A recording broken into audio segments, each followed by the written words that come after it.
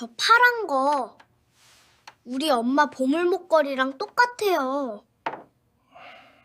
25년 전 세상에서 딱 2개뿐인 파란 음표 장식은 유학을 떠나기 직전 손수 나무를 깎아 만든 수제품이었습니다.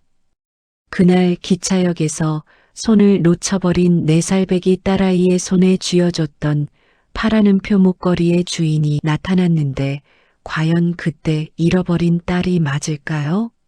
이들의 기구한 운명의 이야기 지금부터 시작합니다. 형편이 어렵다고 하던데요. 그래도 가셔야 합니까? 윤 팀장이 운전대를 잡은 채 조심스럽게 물었습니다. 도훈은 조수석 창밖을 바라보며 서류를 무릎 위에 내려놓았습니다.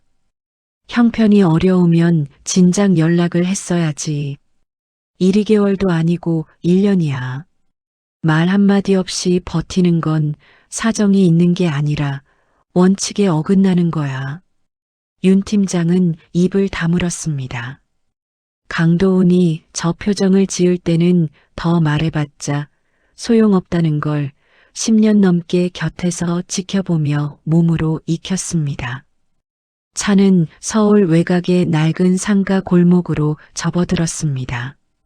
아침부터 내리던 비가 막 그친 참이었고 골목 바닥엔 웅덩이가 여기저기 고여 있었습니다. 도훈은 차에서 내려 골목을 걸으며 상가 번호를 확인했습니다.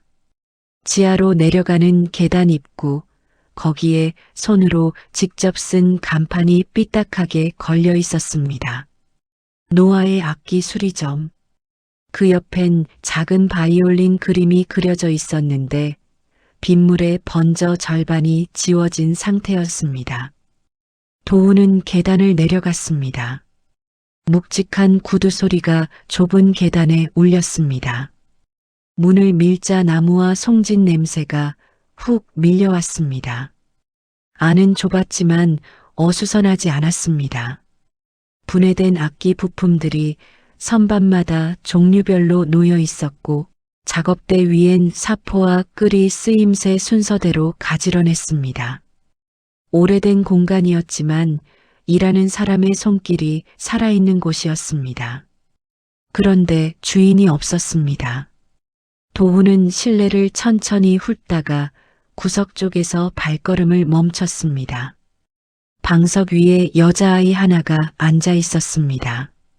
6살 남짓, 손이 유난히 가늘고 창백한 아이였습니다. 무릎 위에는 솜이 빠진 낡은 토끼 인형이 올려져 있었고 아이는 인형에 떨어진 단추 눈을 고무풀로 붙이는 중이었습니다. 낯선 사람이 들어온 것도 아랑곳하지 않고 손끝에만 집중하고 있었습니다. 도훈이 먼저 입을 열었습니다. 주인은 어디 있어요? 아이가 고개를 들었습니다. 겁먹은 기색이 없었습니다. 작고 맑은 눈으로 도훈을 올려다보더니 위쪽을 손가락으로 가리켰습니다. 엄마요? 부품 사러 잠깐 나갔어요. 금방 온다고 했는데. 아저씨는 누구예요? 도훈은 아저씨라는 호칭에 잠깐 멈칫했습니다. 60이 넘은 자신을 아이가 아저씨라 부르는 건 드문 일이었습니다.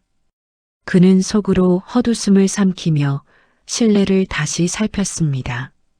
벽에는 수리를 맡긴 바이올린 두어 개가 걸려 있었고 선반 한쪽엔 두께별로 묶어놓은 현들이 줄지어 있었습니다. 어떤 물건이든 제자리가 있는 공간이었습니다. 아이가 이 안에서 혼자 인형을 고치고 있다는 게 어쩐지 마음에 걸렸습니다. 얼마나 기다려야 해요? 아이는 인형 눈을 꾹 눌러붙이며 대답했습니다. 글쎄요. 엄마가 아저씨 오실 것 같으면 기다리시라고 하던데. 주스 드릴까요? 도훈은 대꾸하지 않았습니다.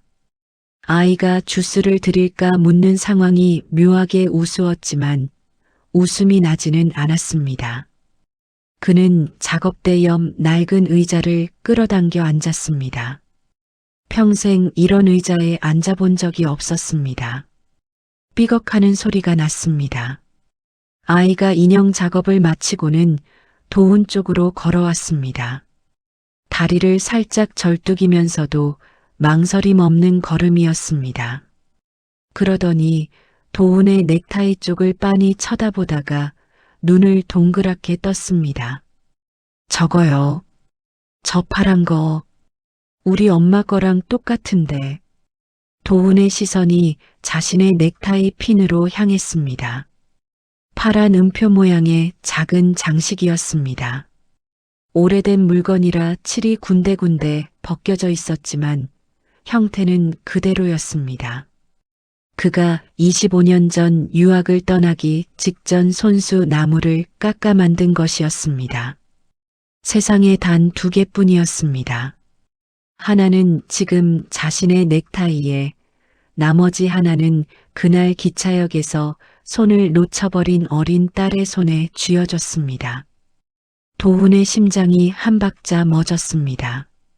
아이의 말 한마디가 가슴속 어딘가를 단단히 틀어막고 있던 무언가를 건드렸습니다. 그는 목소리가 흔들리지 않도록 천천히 숨을 내쉬고 나서 아이에게 물었습니다. 엄마 것도 이렇게 생겼어. 똑같이. 네. 목걸이인데요. 엄마가 제일 소중한 거라고 했어요. 고아원에서 나올 때 그것만 챙겼다고. 도훈은 몸이 굳는 걸 느꼈습니다. 고아원이라는 단어가 귀 안에서 천천히 울렸습니다. 기차역에서 딸의 손을 놓은 건 2001년 겨울이었습니다. 그 뒤로 그가 얼마나 찾아다녔는지, 얼마나 많은 밤을 보냈는지는 아무도 몰랐습니다. 그리고 지금 눈앞에 이 아이가, 엄마가 고아원에서 가져온 유일한 물건이 파란 음표 목걸이라고 말하고 있었습니다. 그것 좀 보여줄 수 있어. 엄마 목걸이. 아이는 잠깐 생각하더니 바이올린 케이스 쪽으로 돌아갔습니다. 케이스 손잡이에 작은 천주머니 하나가 묶여 있었습니다. 아이는 그걸 조심스럽게 풀어서 도훈에게 내밀었습니다. 엄마가 케이스에 항상 달고 다녀요. 저도 만지면 안 된다고 했는데 아저씨가 보고 싶다니까. 도훈은 주머니를 받아들었습니다. 손끝이 미세하게 떨렸습니다.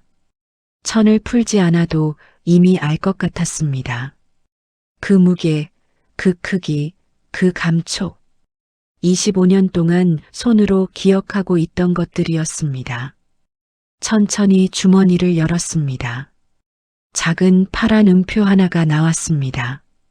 자신의 넥타이 핀과 같은 나무 소재였고 같은 방식으로 깎여 있었습니다. 칠은 거의 다 벗겨져 있었지만 아래쪽에 자신이 새긴 미세한 줄 2개가 여전히 남아 있었습니다. 세월이 지워내지 못한 자국이었습니다. 도훈은 자신의 넥타이 핀을 빼서 2개를 나란히 손바닥 위에 올려놓았습니다. 2 음표가 옆으로 맞붙자 하나의 하프 모양이 되었습니다. 25년 전 자신이 설계한 그대로였습니다. 딸아이에게 쥐어주며 했던 말이 귀 안에서 떠올랐습니다. 이 2개가 합쳐지면 하프가 돼. 아빠 거랑 내 거랑 붙이면 완성이야. 그러니까 잃어버리면 안 돼. 도훈의 눈이 붉어졌습니다. 그는 표정이 무너지지 않도록 입술을 꽉 다물었습니다. 60이 넘도록 단 한 번도 사람들 앞에서 눈물을 보이지 않았습니다. 그런 그가 지금 6살 아이 앞에서 눈이 뜨거워지고 있었습니다. 그때 계단 위에서 발소리가 들렸습니다. 쇼핑백이 부딪히는 소리와 함께 누군가 계단을 내려오고 있었습니다. 도훈은 급히 2 음표를 천주머니 안에 도로 넣고 자리에서 일어났습니다. 심장이 세차게 뛰었습니다. 문이 열렸습니다. 문을 열고 들어온 여자는 한쪽 손에 부품이 담긴 쇼핑백을 들고 있었고 다른 손엔 편의점 비닐봉지가 들려 있었습니다. 마스크를 쓰고 있어서 얼굴은 보이지 않았습니다. 계단을 내려오다 낯선 사람을 발견하고는 잠깐 멈칫했습니다. 별이야, 이분 누구셔? 엄마 오빠래. 아니, 아저씨. 엄마 음표 보고 싶다고 했어. 여자가 도훈을 바라봤습니다. 마스크 위로 드러난 눈이 경계심으로 좁아졌습니다. 도훈은 먼저 입을 열었습니다. 이노아 씨 맞습니까? 네, 그런데요. 실례지만 어떻게 오셨어요? 라 칸타타에서 나왔습니다. 대여 악기건으로. 여자의 눈빛이 한순간 흔들렸습니다. 그러나 바로 시선을 바로잡고 쇼핑백을 작업대 위에 내려놓았습니다. 도훈은 그 짧은 순간을 놓치지 않았습니다. 당황했지만 무너지지 않으려는 사람의 표정이었습니다. 잠깐만요. 별이 먼저 챙기고 얘기할게요.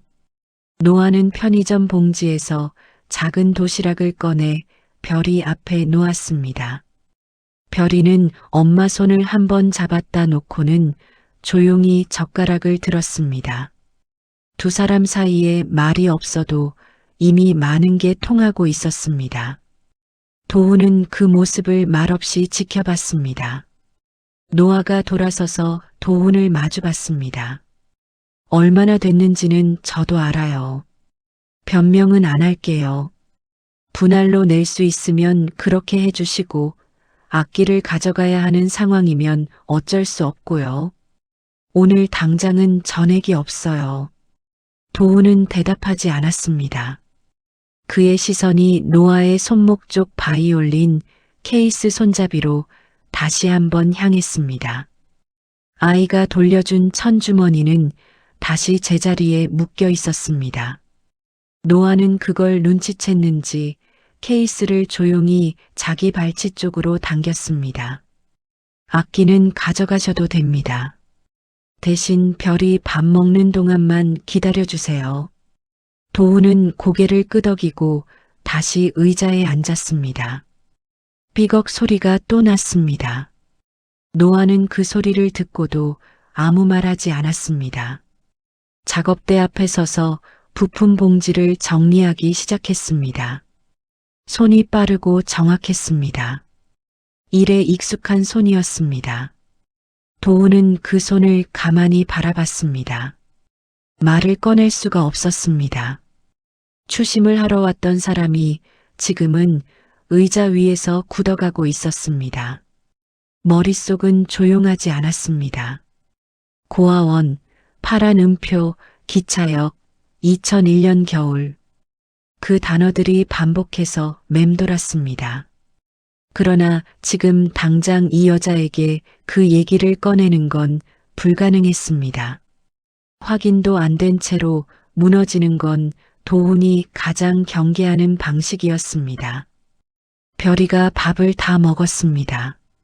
노아는 별이의 입가를 닦아주고 방석 위에 눕혀 이불을 덮어줬습니다. 별이는 눈을 끔뻑이다가 금세 스르르 감았습니다. 노아가 다시 도훈을 마주봤을 때 그 눈은 아까보다 훨씬 지쳐 보였습니다. 오늘 밤에 버스킹 있어요. 거기서 번 거 바로 일부 드릴 수 있어요. 전액은 2, 3개월 안에 맞출게요. 2, 3개월이요. 도훈은 그 말을 그대로 받아 반복했습니다. 노아는 그 안에 담긴 의미를 읽었는지 더 이상 말을 잇지 않았습니다. 도훈은 자리에서 일어나 서류를 집어들었습니다. 그리고 말없이 계단을 올라갔습니다. 악기는 가져가지 않았습니다. 차에 탄 도훈은 한동안 말이 없었습니다. 윤 팀장이 시동을 켜려다 멈췄습니다. 회장님, 악기는요? 나중에. 그게 전부였습니다. 윤 팀장은 더 묻지 않고 차를 출발시켰습니다. 도훈은 창밖을 보며 생각했습니다. 버스킹이라고 했습니다. 오늘 밤 라 칸타타의 바이올린을 들고 지하철 어딘가에서 연주한다는 뜻이었습니다. 그 여자가 거기서 번 돈으로 대여료를 갚겠다고 했습니다. 그리고 그 여자의 바이올린 케이스 손잡이엔 파란 음표가 달려 있었습니다. 도우는 윤 팀장에게 조용히 물었습니다. 이노아, 오늘 밤 어디서 버스킹 하는지 알아봐. 확인하겠습니다. 그날 밤 10시가 넘어서 도우는 혼자 지하철역으로 들어갔습니다. 비서도 없이 혼자였습니다. 점퍼 하나를 걸쳤지만 그 아래 셔츠는 여전히 반듯하게 다려진 것이었습니다. 지하철 환승 통로는 퇴근 인파가 빠진 뒤라 한산했습니다. 형광등 불빛이 창백하게 타일 바닥을 비추고 있었습니다. 멀리서 소리가 들렸습니다. 바이올린이었습니다. 도우는 걸음을 늦추며 소리가 나는 쪽으로 천천히 다가갔습니다. 통로 모퉁이를 돌자 노아가 보였습니다. 낡은 케이스를 발치에 열어두고 벽에 기댄 채 연주하고 있었습니다. 마스크는 벗고 있었습니다. 도우는 그 자리에서 멈췄습니다. 얼굴이 보였습니다. 형광등 아래라 또렷하진 않았지만 입가가 눈에 들어왔습니다. 도우는 가슴 안쪽이 조여드는 걸 느꼈습니다. 오래전의 사진 속에서만 보던 얼굴이 거기 있었습니다.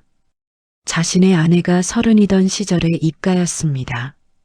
그는 기둥 뒤에 서서 바라봤습니다. 노아의 연주는 달랐습니다. 기교를 보여주려는 연주가 아니었습니다. 소리가 낮고 느렸고 거기에 무언가가 담겨 있었습니다.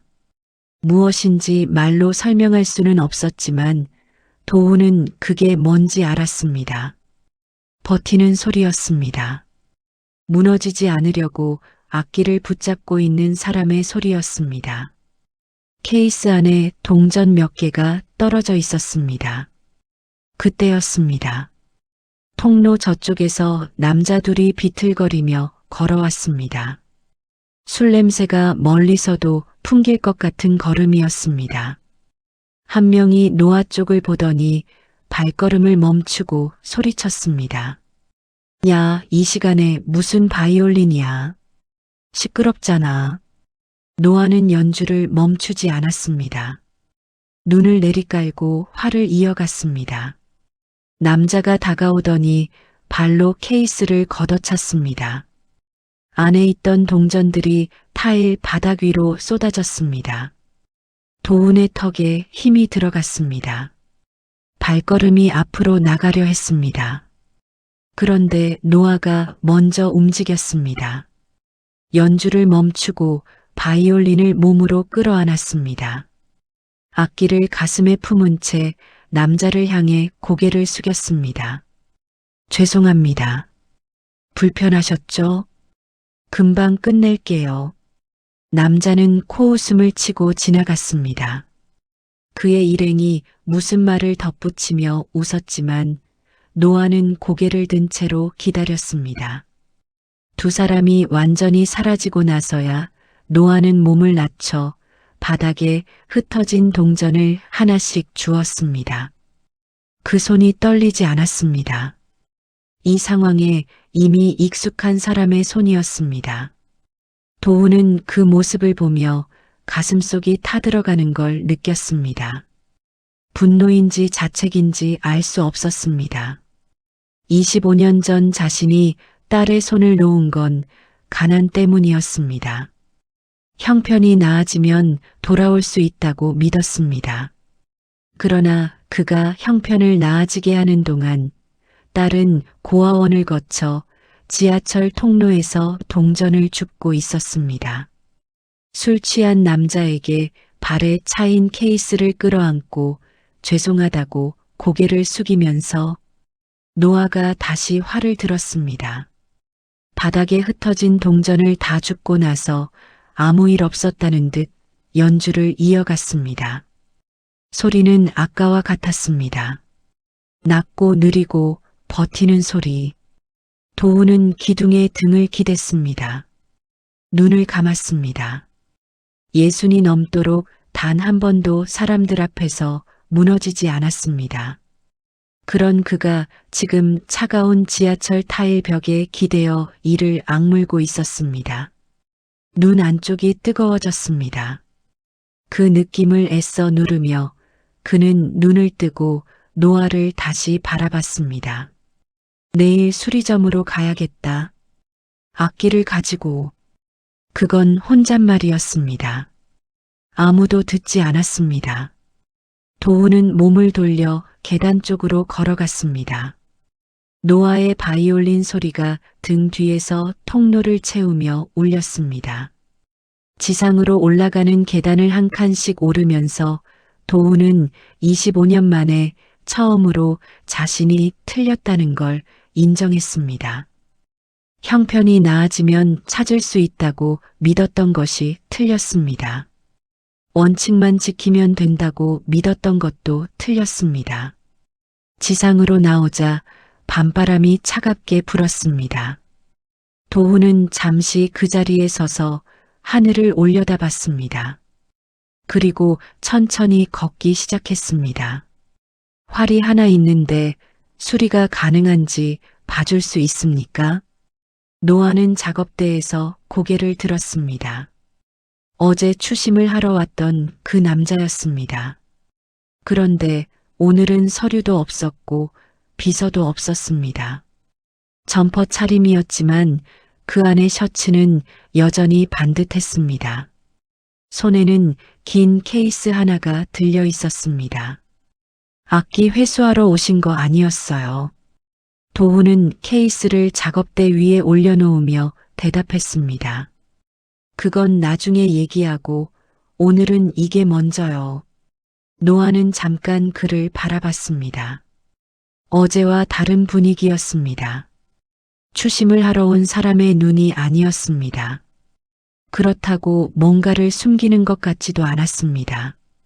그냥 수리를 맡기러 온 손님 같았습니다. 노아는 케이스를 열었습니다. 활이 나왔습니다. 첫눈에 보통 물건이 아니었습니다. 나무 재질부터 달랐고 손잡이 쪽 감긴 가죽의 두께와 방식이 공장에서 나온 것이 아니었습니다. 노아는 활을 들어 올려 빛에 비춰봤습니다. 활대 중간 부분에 미세한 균열이 있었습니다. 겉으로는 잘 보이지 않았지만 손끝으로 짚어보면 느껴지는 정도였습니다. 언제부터 이랬어요? 한 달쯤 됐습니다. 연주할 때마다 소리가 조금씩 달라져서요. 보관은 어떻게 하셨어요? 습도 조절됩니까? 도우는 잠깐 멈칫했습니다. 노아가 질문을 이어가는 방식이 달랐습니다.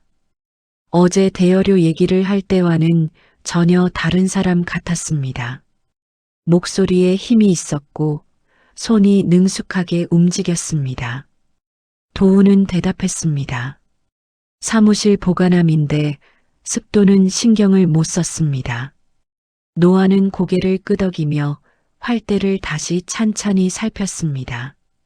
균열 위치와 방향을 확인하고 손잡이 쪽 나사 조임 상태를 확인했습니다. 말을 아끼면서 일하는 사람이었습니다. 도우는 그 모습을 보며 작업대 맞은편에 섰습니다. 고칠 수 있어요. 완전히 원상복구는 어렵지만 균열이 더 가지 않게 잡을 수 있고 소리도 지금보다는 훨씬 나아질 거예요. 사흘 정도 걸려요. 도우는 고개를 끄덕였습니다. 그리고 천천히 실내를 둘러봤습니다. 어제도 봤지만 오늘은 더 눈에 들어오는 게 있었습니다. 벽에 걸린 수리 중인 악기들, 선반 위의 재료들, 작업대 한쪽에 가지런히 놓인 공구들, 그리고 구석 방석 위에 앉아 그림을 그리고 있는 별이. 도훈이 물었습니다. 여기서 일한 지 얼마나 됐어요? 7년이요. 25부터 노아는 대답하지 않았습니다. 계산이 맞다는 뜻이었습니다. 도우는 더 물었습니다. 원래 연주자 아니었어요. 손을 보면 알아요. 노아가 잠깐 손을 내려다봤습니다. 손가락 끝에 굳은 살이 있었습니다. 연주자의 굳은 살이었습니다. 잠깐 했었어요. 오래 못했고요. 왜요? 노아는 화를 내려놓고 수리 접수 노트를 꺼냈습니다. 이름이랑 연락처 남겨주세요. 그게 전부였습니다. 더 얘기하고 싶지 않다는 표현이었습니다. 도우는 노트에 이름을 적었습니다. 강이라고만 썼습니다. 연락처는 윤 팀장 번호를 적었습니다. 노아는 확인하지 않고 노트를 덮었습니다. 별이가 그림을 들고 작업대 쪽으로 걸어왔습니다. 다리를 절뚝이는 걸음이 어제보다 더 무거워 보였습니다. 노아가 자연스럽게 별이 쪽으로 몸을 돌려 그림을 받아들었습니다. 이게 뭐야? 아저씨. 어제 그 아저씨. 도훈이 별이 쪽을 바라봤습니다. 종이 위에 커다란 동그라미 2개와 긴 선 하나가 그려져 있었습니다. 아이의 그림이었지만 도훈은 그게 사람이라는 걸 알아봤습니다. 노아가 피식 웃었습니다. 짧고 가벼운 웃음이었지만 처음 보는 표정이었습니다. 도훈은 그 순간을 눈에 담았습니다. 별이 인사해야지. 별이가 고개를 들고 도훈을 봤습니다. 어제 기억하는 눈이었습니다. 아저씨, 어제 음표 보여줬잖아요. 오늘도 가져왔어요. 도훈은 넥타이 핀을 내려다봤습니다. 오늘도 달려 있었습니다. 그는 무릎을 굽혀 별이 눈높이로 내려앉았습니다. 응, 가져왔어. 별이는 이름이 왜 별이야? 엄마가 지었어요. 별처럼 빛나라고. 근데 저 잘 못 걷잖아요. 그래도 빛날 수 있어요. 그죠? 도우는 대꾸를 못했습니다. 6살 아이가 그 말을 아무렇지도 않게 했습니다. 잘 못 걷는다는 사실을 설명하듯 말하고 그래도 빛날 수 있냐고 되물었습니다. 도우는 천천히 고개를 끄덕였습니다. 목소리가 나오지 않았습니다. 노아가 별이 어깨를 가볍게 잡아당겼습니다. 아저씨 바쁘셔. 가서 그림 더 그려. 별이는 고분고분 돌아갔습니다. 노아는 다시 작업대로 돌아와 활수리 준비를 시작했습니다. 균열 부위 주변을 사포로 고르게 다듬기 시작했습니다. 도우는 그 옆에 서서 바라봤습니다. 자리를 뜰 수가 없었습니다. 한참이 지나 도훈이 물었습니다. 아이 다리가 희귀 근육 질환이에요. 태어날 때부터요. 치료는? 노아는 사포질을 멈추지 않았습니다. 받고 있어요. 재활이 길어요. 비싸고요. 그래서 버스킹도 하고 여기 일도 하는 거예요. 굳이 물어보시는 이유가 있어요. 도우는 대답하지 않았습니다. 노아가 고개를 들어 그를 봤습니다. 어제 악기 안 가져가신 것도 오늘 수리 맡기러 오신 것도 회사에서 나온 분치고는 이상하게 움직이시네요. 도우는 잠깐 생각하다가 천천히 말했습니다. 수리는 수리고 대여건은 대여건이에요. 따로 처리합니다. 노아는 더 묻지 않았습니다. 그 대답이 충분하지는 않았지만 지금 당장 따질 여유가 없는 사람이었습니다. 사포질을 이어가며 균열 부위를 다시 확인했습니다. 도훈의 시선이 작업대 구석으로 향했습니다. 부품통 옆에 작은 천주머니가 놓여 있었습니다.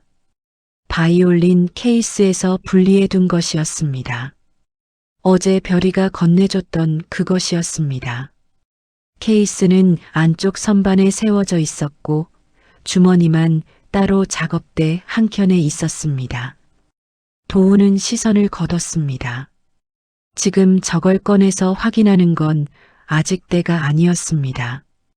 어제 두 음표를 나란히 놓았을 때 이미 확인한 것이나 마찬가지였지만 확신과 행동 사이에는 아직 거리가 있었습니다. 무엇보다 지금 이 여자에게 그 얘기를 꺼냈을 때 어떤 얼굴로 받아들일지 도우는 그게 두려웠습니다. 회사에서 추심하러 온 사람이 갑자기 나 당신 아버지요 하는 상황이 어떻게 받아들여질지는 상상도 하기 싫었습니다. 그는 그냥 서 있었습니다. 노하는 일을 했습니다. 별이는 구석에서 그림을 그렸습니다. 세 사람이 좁은 공간 안에 있었는데 어색하지 않았습니다. 그게 도우는 이상했습니다. 한참 뒤 노아가 먼저 말했습니다. 사흘 뒤에 오세요. 오전 10시 이후로. 알겠습니다. 도우는 케이스를 들고 계단 쪽으로 걸어갔습니다. 계단 척칸에 발을 올려놓다가 멈췄습니다. 그리고 뒤를 돌아보지 않고 말했습니다. 아이가 병원에 잘 다니고 있길 바랍니다. 노아는 아무 대답도 하지 않았습니다. 도우는 계단을 올라갔습니다. 지상으로 나와 차에 탄 도우는 한동안 시동을 걸지 않았습니다. 대여료 청구서는 조수석 위에 그대로 있었습니다. 그는 그걸 집어서 뒷좌석으로 던졌습니다. 윤 팀장에게 전화를 걸었습니다. 이노아, 고아원 기록 추적할 수 있어? 어느 시설이었는지. 회장님, 그건 개인정보라 절차가. 최대한 빨리. 전화를 끊었습니다. 도우는 핸들 위에 두 손을 올려놓고 정면을 바라봤습니다. 노아의 입가가 머릿속에서 지워지지 않았습니다. 사포질하던 손이 지워지지 않았습니다. 별이가 했던 말도 지워지지 않았습니다. 잘 못 걷잖아요. 그래도 빛날 수 있어요. 그죠? 도우는 시동을 걸었습니다. 창밖으로 상가 골목이 흘러갔습니다. 지하 계단 입구가 지나쳤습니다. 빗물에 번진 바이올린 그림이 오늘도 거기 있었습니다. 강 선생님, 활 다 됐어요. 오늘 찾으러 오실 수 있어요. 노아의 목소리가 전화기 너머로 짧게 들렸습니다. 도우는 회의 자료를 덮으며 대답했습니다. 오후에 가겠습니다. 전화가 끊겼습니다. 도우는 잠시 휴대폰을 내려다봤습니다. 강 선생님, 사흘 동안 그렇게 불렸습니다. 회장이라는 말도 라 칸타타라는 이름도 꺼내지 않았습니다. 노아는 손님을 이름으로 부르지 않았습니다. 그냥 선생님이었습니다. 도우는 그게 나쁘지 않았습니다. 오후 4시가 조금 넘어 도우는 수리점 계단을 내려갔습니다. 구두 소리가 울리는 걸 들으며 문을 열었습니다. 그런데 안이 이상했습니다. 작업대가 뒤집혀 있었습니다. 선반 위에 부품들이 바닥에 쏟아져 있었고 벽에 걸려 있던 바이올린 하나가 떨어져 목 부분이 부러진 채 구석에 나뒹굴고 있었습니다. 별이는 보이지 않았습니다. 노아가 바닥 한가운데 무릎을 꿇고 앉아 있었습니다. 두 손으로 활을 감싸 안고 있었습니다. 방금 수리를 마친 도훈의 활이었습니다. 도훈이 들어서자 노아가 고개를 들었습니다. 마스크가 벗겨진 상태였습니다. 이마에 땀이 맺혀 있었고 눈 아래가 붉었습니다. 울었던 건지 아니면 맞은 건지 알 수 없었습니다. 죄송해요. 활이 이렇게 됐어요. 노아가 두 손을 펼쳤습니다. 활이 중간부터 꺾여 있었습니다. 균열 부위가 아니었습니다. 충격을 받아 다른 곳이 부러진 것이었습니다. 노아는 고개를 숙이며 말을 이었습니다. 제가 다 물어드릴게요. 시간이 좀 걸려도 꼭 드릴게요. 정말 죄송합니다. 도우는 방 안을 천천히 둘러봤습니다. 이건 실수로 된 게 아니었습니다. 작업대가 통째로 뒤집힐 수는 없었습니다. 바닥에 흩어진 공구들, 깨진 부품통, 구석에 나뒹구는 바이올린. 누군가 들이닥쳐서 난장판을 만든 것이었습니다. 도훈이 물었습니다. 별이는 어디 있어요? 위에요. 제가 미리 올려보냈어요. 언제 왔어요, 그 사람들? 노아가 고개를 들었습니다. 도훈이 한눈에 파악했다는 걸 알아챈 눈이었습니다. 노아는 잠깐 입술을 움직이다가 대답했습니다. 1~2시간 전요. 3시였어요. 왜요? 노아는 시선을 내렸습니다. 도훈은 기다렸습니다. 노아가 천천히 말했습니다. 여기 건물주가 바뀌었거든요. 3달 전에 새 건물주가 이 자리를 다른 용도로 쓰고 싶어 하는데 제가 계속 버텼어요. 그쪽에서 보낸 것 같아요. 도훈은 눈살을 찌푸렸습니다. 그러나 그 말을 그대로 믿지는 않았습니다. 건물주 문제라면 방식이 달랐습니다. 악기만 골라서 건드리는 건 다른 목적이 있는 쪽이었습니다. 그는 더 묻지 않았습니다. 일어나요. 노아는 움직이지 않았습니다. 아직 무릎을 꿇은 채였습니다. 활값 받으러 오신 거잖아요. 라 칸타타 물건도 있는데 여기서 이런 일이 생겼으니까 제가 감당해야죠. 도훈이 말했습니다. 일어나요. 2번째였습니다. 노아가 고개를 들었습니다. 도훈은 낮고 단단한 목소리로 말했습니다. 당신 잘못이 아닌 일에 왜 무릎을 꿇어요? 일어나요. 노아는 천천히 몸을 일으켰습니다. 무릎에 묻은 먼지를 털며 도훈을 바라봤습니다. 도훈은 그제야 노아의 얼굴을 제대로 봤습니다. 지하철 통로에서는 형광등 아래라 또렷하지 않았고 수리점에서는 마스크 위로 눈만 보였었습니다. 지금은 달랐습니다. 도훈의 심장이 멎는 것 같았습니다. 눈매였습니다. 미간 사이의 간격과 눈꼬리가 내려앉는 방식. 화가 나도 눈이 크게 벌어지지 않고 오히려 깊어지는 그 표정. 도훈은 그 눈을 알았습니다. 25년 전 아내의 30시절 사진 속에 있던 눈이었습니다. 그리고 지금 눈앞에 32살 여자가 그 눈으로 자신을 바라보고 있었습니다. 도훈은 눈을 돌렸습니다. 숨을 고르는데 3~4초가 걸렸습니다. 흐트러지면 안 됐습니다. 지금 이 자리에서 무너지면 오히려 모든 게 엉켜버릴 것 같았습니다. 그는 바닥에 떨어진 부품들을 주워 선반 위에 올리기 시작했습니다. 노아가 말했습니다. 그냥 두세요. 제가 할게요. 도훈은 멈추지 않았습니다. 뒤집어진 작업대를 일으켜 세웠습니다. 생각보다 무거웠습니다. 그러나 멈추고 싶지 않았습니다. 손을 움직이고 있어야 했습니다. 노아는 잠시 그를 바라보다가 반대편에서 함께 작업대를 밀었습니다. 두 사람이 말없이 공간을 정리했습니다. 부품을 줍고 깨진 것과 멀쩡한 것을 구분하고 선반을 바로잡았습니다. 목이 부러진 바이올린은 노아가 조심스럽게 들어 천을 덮었습니다. 고개를 숙이는 것 같은 동작이었습니다. 한참이 지나 어느 정도 정리가 됐을 때 노아가 먼저 말했습니다. 활은 다시 고쳐드릴 수 있어요. 시간이 조금 더 걸리지만.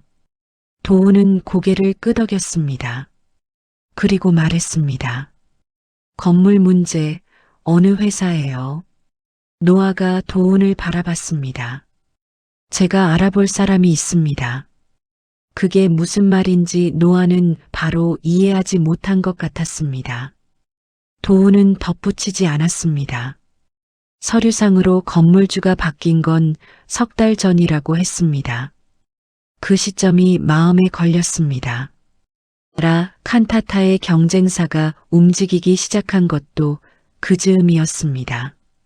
도훈은 폰을 꺼내 윤 팀장에게 문자를 보냈습니다. 이 건물 소유 현황 확인해. 석 달 사이 변동 있으면 전부 올려. 답장이 빠르게 왔습니다. 확인하겠습니다. 노아가 물었습니다. 라 칸타타에서 추심 담당이 이런 데까지 움직여요. 도훈은 폰을 주머니에 넣으며 짧게 대답했습니다. 저는 추심 담당이 아닙니다. 그럼요. 그 말은 하지 않았습니다. 도훈은 바닥을 한번 내려다보고 나서 노아를 봤습니다. 별이 데리고 오늘 올라와요. 여기서 자면 안 돼요. 오늘은. 노아의 눈이 가늘어졌습니다. 도훈의 말이 왜 나왔는지 계산하는 눈이었습니다. 도훈은 그 시선을 받아내며 기다렸습니다. 또 올 것 같아서요. 그건 사실이었습니다. 한번 흔들어 놓고 끝낼 목적이었으면 처음부터 더 크게 했을 것이었습니다. 이건 압박이었습니다. 며칠 안에 다시 올 가능성이 높았습니다. 노아는 잠시 입술을 다물고 있다가 말했습니다. 갈 데가 없어요. 도훈은 윤 팀장에게 다시 전화를 걸었습니다. 목소리를 낮추지 않고 말했습니다. 인근 숙소 알아봐. 깨끗한 곳으로. 아이 있는 모녀가 쓸 수 있는 곳. 노아가 말했습니다. 됐어요. 그런 데까지. 도훈이 노아를 봤습니다. 노아는 시선을 돌리지 않았습니다. 신세 지는 게 싫어요. 도훈은 전화를 끊었습니다. 그리고 말했습니다. 신세가 아니에요. 제 물건도 여기 있어요. 부러진 활이 아직 노아의 손 옆에 있었습니다. 노아는 그걸 내려다보다가 천천히 고개를 끄덕였습니다. 딱 하룻밤이에요. 내일 제가 알아볼게요. 도훈은 더 말하지 않았습니다. 계단 쪽으로 걸어가다가 멈췄습니다.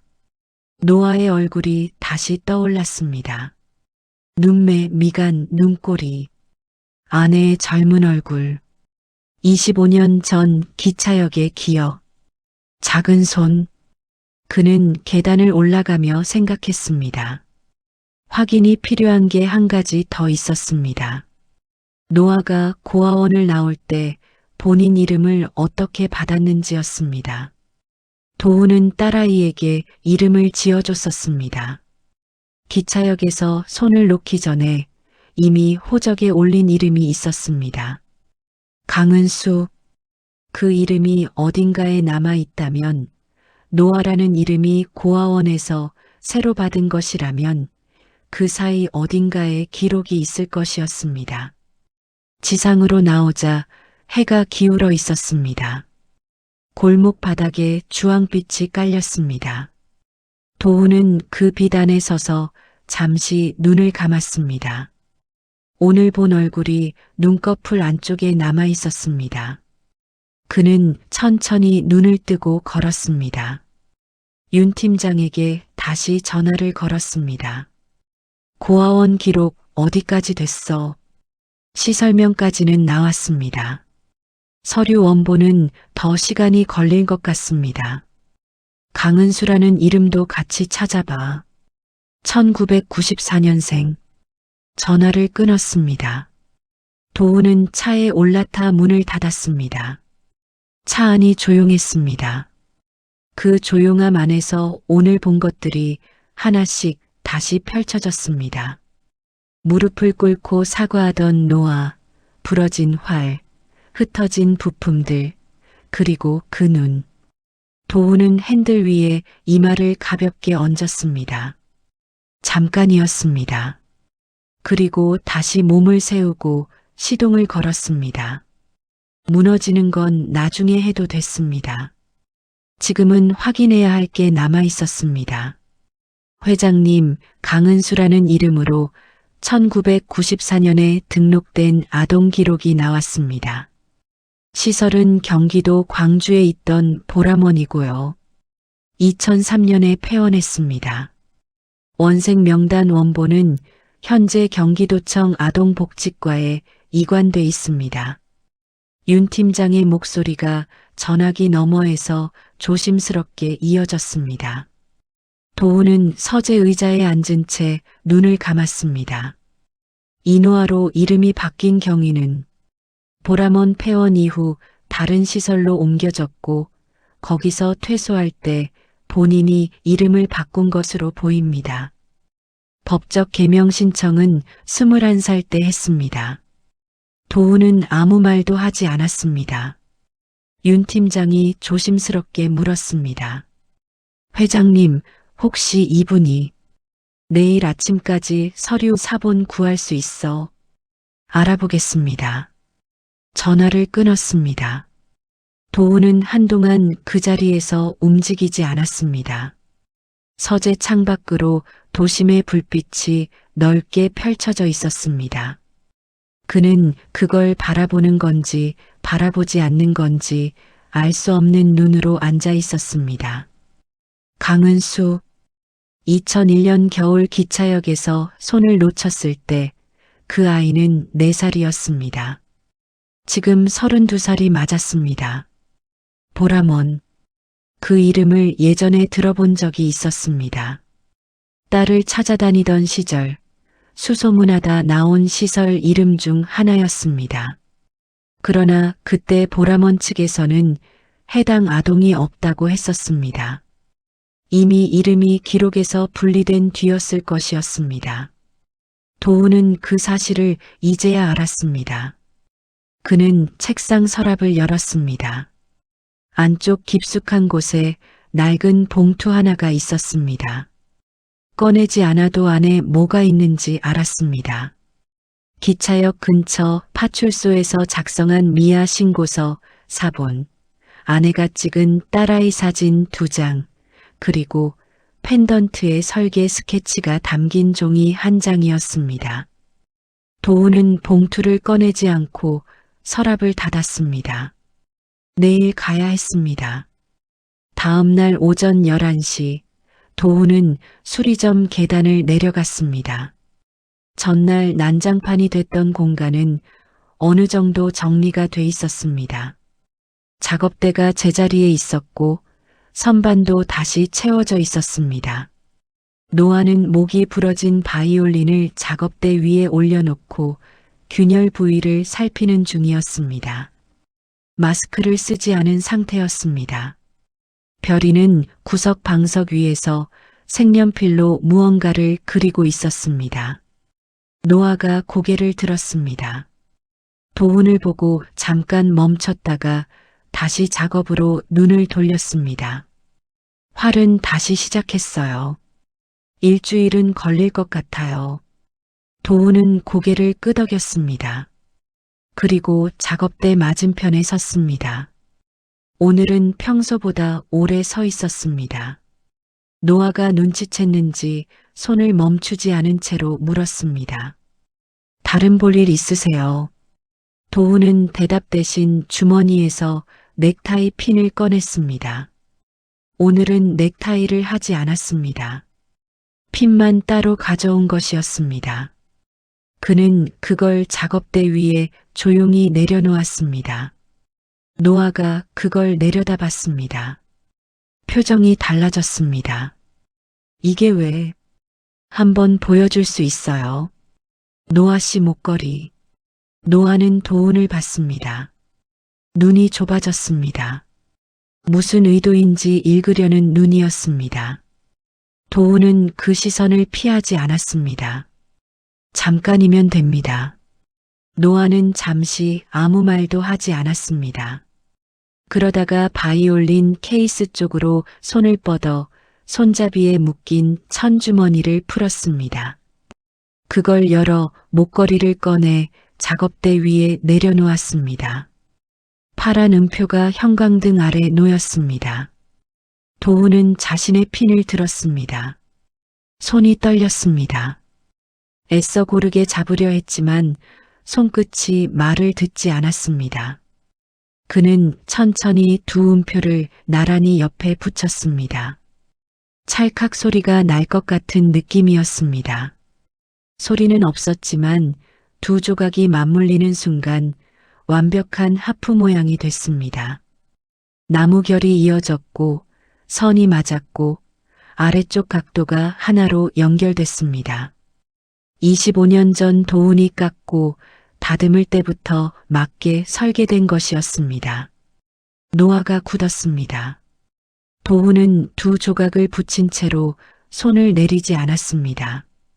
입을 열었습니다. 목소리가 흔들렸습니다. 이거 두 개로 나눠서 만든 거예요. 세상에 이것만 있어요. 내가 직접 만들었습니다. 노아는 아무 말도 하지 않았습니다. 시선이 두 음표 위에 고정돼 있었습니다. 도훈이 이어 말했습니다. 2001년 12월 23일 서울역 3번 승강장. 그날 내가 손을 놓쳤어요. 노아의 눈이 느리게 도훈에게로 옮겨왔습니다. 그 눈 안에서 무언가가 움직이는 게 보였습니다. 부정하고 싶은 것과 이미 알아버린 것이 부딪히는 눈이었습니다. 무슨 말씀하시는 거예요? 도훈은 두 조각을 내려놓았습니다. 그리고 천천히 말했습니다. 내 딸이 4살 때 거기 있었어요. 그 아이 이름이 강은수였습니다. 노아의 입술이 움직였지만 소리가 나오지 않았습니다. 그는 두 음표를 내려다봤다가 도훈을 봤다가 다시 두 음표를 봤습니다. 손이 작업대 모서리를 잡았습니다. 도훈이 말했습니다. 은수야. 그 한마디에 노아의 눈에서 눈물이 쏟아졌습니다. 소리 없이 흘렀습니다. 그러나 곧 노아가 손등으로 눈을 닦으며 뒤로 물러섰습니다. 작업대와 자신 사이에 거리를 뒀습니다. 아니에요. 목소리가 낮고 단단했습니다. 저는 강은수 아니에요. 이노아예요. 21살 때부터요. 도훈은 그 말을 받아냈습니다. 예상한 말이었습니다. 그러나 예상했다고 해서 덜 아프지는 않았습니다. 노아가 이어 말했습니다. 제 아버지가 회사 회장이라는 거 저는 믿을 수가 없어요. 제가 고아원에 있는 동안 그분은 어디 계셨는데요? 저 찾으셨어요. 도훈이 대답했습니다. 찾았습니다. 노아의 눈이 흔들렸습니다. 도훈이 계속 말했습니다. 10년을 찾았어요. 수소문하고 시설에 연락하고 사람도 썼습니다. 보라먼에도 갔었어요. 그때 기록이 분리된 상태여서 없다는 말을 들었습니다. 내가 능력이 없어서가 아니라 기록이 끊겨 있어서 찾지 못했습니다. 노아는 아무 말도 하지 않았습니다. 그 말을 믿고 싶은 건지 믿기 싫은 건지 얼굴에서 읽을 수가 없었습니다. 도훈이 말했습니다. 그날 손을 놓친 건 내 잘못이에요. 변명 안 합니다. 그리고 그 뒤로 못 찾은 것도 내 잘못이에요. 그것도 변명 안 합니다. 노아는 창가 쪽으로 고개를 돌렸습니다. 프레임 너머로 상가 골목이 보였습니다. 지나가는 사람 아무도 없는 골목이었습니다. 노아는 한참 그쪽을 바라보다가 말했습니다. 저는 아버지가 가난했던 사람으로 기억해요. 따뜻한 손을 가졌던 사람으로요. 그게 제가 기억하는 전부예요. 회장님 같은 분이 그 사람이라는 게 지금은 안 믿겨요. 도우는 대꾸하지 않았습니다. 믿으라고 말하는 건 지금 할 수 있는 게 아니었습니다. 노아가 두 음표를 집었습니다. 다시 둘로 분리했습니다. 자신의 것을 천주머니에 도로 넣었습니다. 도운의 것은 작업대 위에 남겨뒀습니다. 가주세요, 오늘은. 도운은 음표핀을 집었습니다. 그리고 노아를 한 번 더 봤습니다. 노아는 이미 바이올린 쪽으로 몸을 돌리고 있었습니다. 떨리는 손으로 공구를 집어들었습니다. 손이 떨리는 걸 본인도 알 텐데 멈추지 않았습니다. 도우는 별이 쪽을 봤습니다. 별이는 색연필을 내려놓고 두 사람을 보고 있었습니다. 무슨 일이 있었는지 다 이해하지는 못했을 것이었습니다. 그러나 어른들 사이에 무거운 것이 오갔다는 건 느낀 눈이었습니다. 별이가 조용히 말했습니다. 할아버지, 왜 울어요?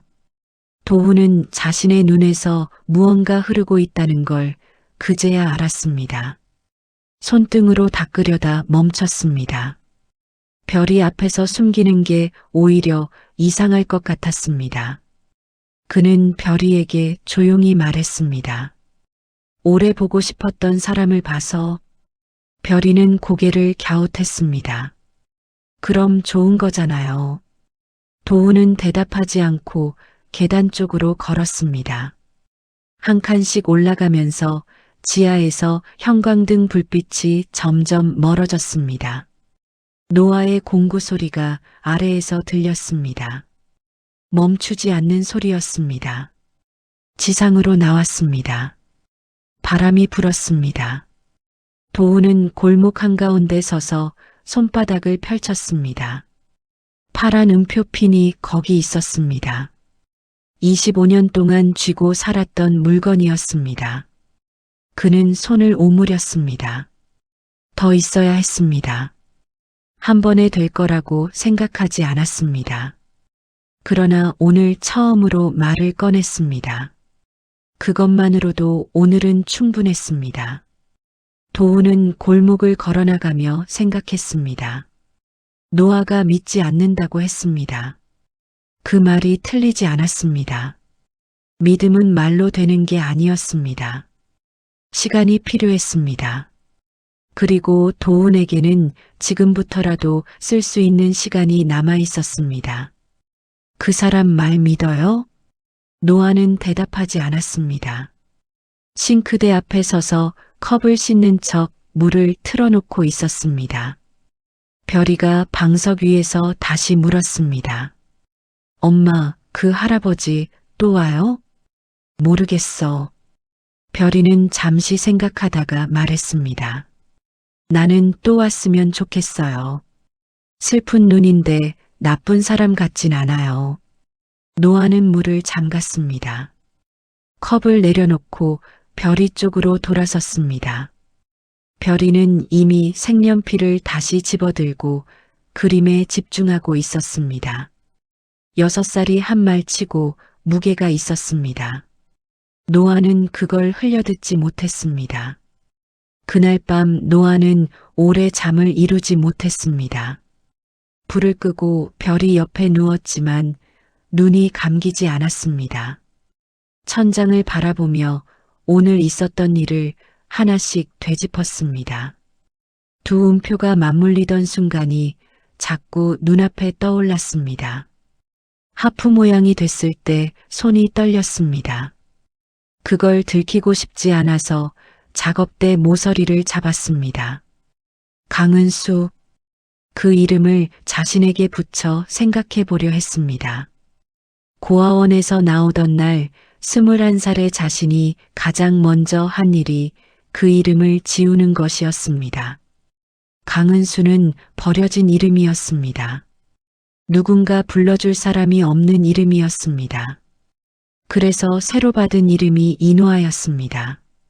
노아의 방주에서 가져온 이름이었습니다.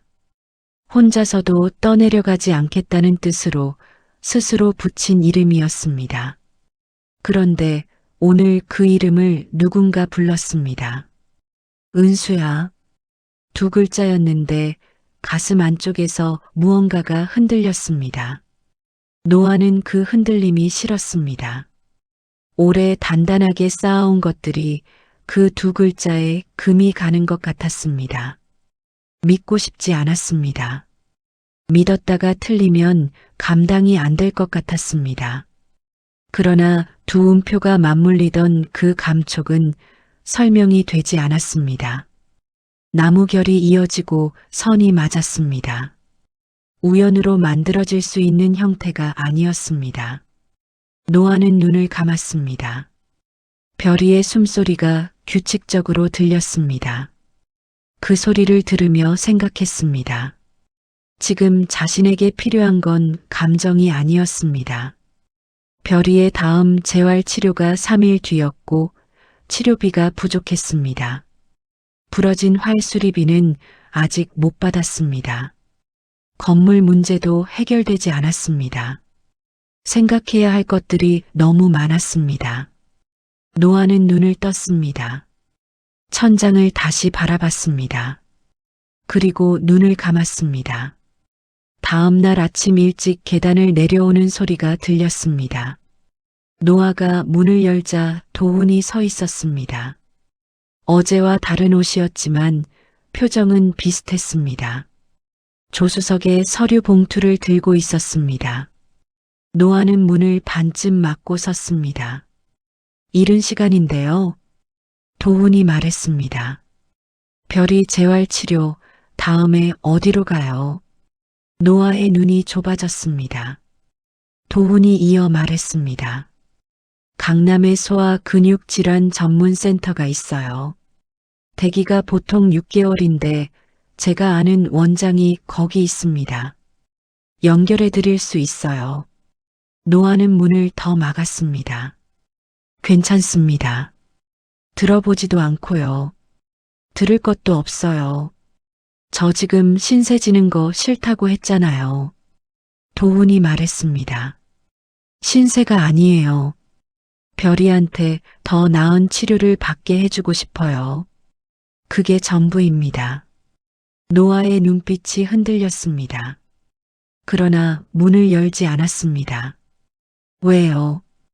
왜 별이한테 그걸 해주고 싶어요? 우리가 뭔지도 아직 모르잖아요. 제가 믿는다고 한 적도 없고요. 도훈은 그 말을 받아내며 잠깐 눈을 내렸습니다. 그리고 다시 노아를 봤습니다. 알아요. 그래도 별이는 지금 치료가 필요한 아이예요. 그게 나랑 무슨 관계든 상관없이. 노아는 대답하지 않았습니다. 도훈이 서류 봉투를 내밀었습니다. 억지로 열라는 게 아니에요. 그냥 두고 갈게요. 노아는 봉투를 받지 않았습니다. 도훈은 계단 옆 바닥에 봉투를 내려놓고 돌아섰습니다. 그 봉투 안에 뭔데요? 도훈이 멈췄습니다. 돌아보지 않고 말했습니다. 내가 작년에 당신한테 보낸 내용 증명 사본이요. 노아가 굳었습니다.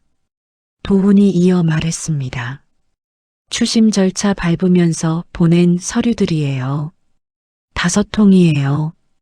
거기에 내가 쓴 편지 한 장 더 넣었습니다. 노아는 아무 말도 하지 않았습니다. 도훈이 계단을 올라가며 말했습니다. 버려도 됩니다. 발소리가 멀어졌습니다. 노아는 한동안 그 자리에 서 있었습니다. 계단 옆에 봉투가 놓여 있었습니다. 두껍지 않은 봉투였습니다. 노아는 천천히 몸을 굽혀 봉투를 집었습니다. 들고 안으로 들어왔습니다. 작업대 위에 봉투를 올려놓고 한참을 바라봤습니다. 그리고 열었습니다. 내용 증명 5장이 나왔습니다. 차가운 공문 형식이었습니다. 수신인 인화, 발신인 주식회사 라 칸타타, 대여 악기 미납금 청구 및 계약 위반 통보, 법적 조치 예고. 노아는 그 서류들을 한 장씩 넘겼습니다. 읽으면서 손가락이 조여들었습니다. 그때 얼마나 무서웠는지 기억이 났습니다. 별이 치료비가 밀려있던 그 시절 우편함에서 이 서류를 꺼낼 때마다 다리가 풀렸습니다. 그 서류를 보낸 사람이 어제 은수야라고 불렀습니다. 마지막에 편지가 있었습니다. 공문 형식이 아니었습니다. 손으로 쓴 글씨였습니다. 또박또박하고 반듯한 글씨였지만 군데군데 눌림이 달랐습니다. 힘이 들어갔다 풀렸다 하는 글씨였습니다. 노아는 읽었습니다. 서류를 보낸 것에 대한 사과가 첫 줄에 있었습니다. 당신이 누구인지 모른 채 절차대로 움직인 것이 부끄럽다고 했습니다. 당신의 형편을 몰랐다고 했습니다. 별이가 아프다는 것도 몰랐다고 했습니다. 그리고 마지막 줄에 이렇게 적혀 있었습니다. 이 편지가 사과가 되지 않는다는 걸 알아요. 그래도 쓰지 않으면 안 될 것 같았습니다. 노아는 편지를 내려놓았습니다. 눈이 뜨거워졌습니다. 참으려 했지만 목 안쪽이 조여들었습니다. 그는 작업대에 양손을 짚고 고개를 숙였습니다. 울지 않으려고 입술을 꽉 다물었습니다. 그때 별이가 안쪽 방에서 나왔습니다. 잠이 덜 깬 얼굴이었습니다. 엄마 왜 그래요? 노아는 고개를 들고 얼굴을 손으로 닦았습니다. 아무것도 아니야. 밥 먹자. 별이가 노아 옆으로 다가왔습니다. 노아의 손을 잡았습니다. 잡고 가는 손이었습니다. 노아는 그 손을 꼭 쥐었습니다. 그날 오후 별이가 열이 났습니다. 아침부터 걸음이 평소보다 더 무거워 보였는데 낮이 되자 얼굴이 붉어지고 몸이 늘어졌습니다. 노아는 체온을 쟀습니다. 38.7도였습니다. 별이는 희귀 근육 질환 특성상 열이 나면 단순한 감기로 넘어가지 않는 경우가 있었습니다. 근육 긴장도에 영향을 줄 수 있었습니다. 노아는 단골 소아과에 전화했습니다. 오늘은 예약이 꽉 찼다는 말이 돌아왔습니다. 노아는 전화를 끊고 다른 병원을 찾기 시작했습니다. 세 곳에 전화했습니다. 두 곳은 당일 예약이 어렵다고 했고 한 곳은 대기가 2시간이라고 했습니다. 노아는 그쪽으로 별이를 데리고 나가려고 짐을 챙겼습니다. 별이가 노아 팔에 매달리며 말했습니다. 엄마 나 다리가 더 이상해요. 오늘은 노아의 손이 멈췄습니다. 별이의 다리를 살폈습니다. 평소보다 힘이 빠져 있었습니다. 열이 근육에 영향을 주고 있는 것 같았습니다. 노아는 빠르게 판단했습니다. 동네 소아과가 아니라 전문 병원으로 가야 했습니다. 그러나 가까운 전문 병원은 예약 없이 가면 대기가 3시간을 넘겼습니다. 노아는 핸드폰을 들었습니다. 그리고 멈췄습니다. 저장된 연락처 중에 도훈의 번호가 있었습니다. 활수리 맡을 때 남긴 번호였습니다. 윤 팀장이라고 저장돼 있었습니다. 노아는 핸드폰을 내려놓았습니다. 다시 들었습니다. 별이가 노아의 손을 잡으며 말했습니다. 엄마 손 왜 떨어요? 노아는 전화를 걸었습니다. 윤 팀장이 한 번만에 받았습니다. 강 선생님 연락처 있으면 주실 수 있어요. 잠깐만요. 30초도 안 돼서 도훈이 직접 전화를 걸어왔습니다. 별이가요? 네. 도훈의 목소리가 달라졌습니다. 어디 있어요? 지금 수리점이에요. 네. 움직이지 말고 있어요. 전화가 끊겼습니다. 노아는 핸드폰을 내려놓고 별이를 안았습니다. 별이가 노아의 어깨에 얼굴을 묻었습니다. 열기가 느껴졌습니다. 노아는 별이의 등을 천천히 쓸었습니다. 18분 뒤 계단에서 발소리가 들렸습니다. 도훈이었습니다. 혼자가 아니었습니다. 뒤에 다른 남자가 따라왔습니다. 캐주얼한 차림이었지만 움직임이 의료진 같았습니다. 도훈이 들어서며 말했습니다. 소아과 전문이에요. 일단 보고요. 노아는 아무 말하지 않았습니다. 별이를 방석 위에 눕혔습니다. 의사가 진찰을 시작했습니다. 청진기를 대고 다리 반응을 확인하고 체온을 다시 쟀습니다. 노아는 옆에서 손을 잡고 있었습니다. 도훈은 입구 쪽에 서서 안을 바라봤습니다. 방해가 되지 않으려는 것 같았습니다. 가까이 오지도 않고 그렇다고 나가지도 않았습니다. 의사가 말했습니다. 열성 경련 직전 단계는 아닌데 근육 긴장도가 떨어져 있어요. 오늘은 전문센터에서 봐주는 게 나을 것 같습니다. 제가 연락해 둘게요. 노아가 물었습니다. 어느 센터요?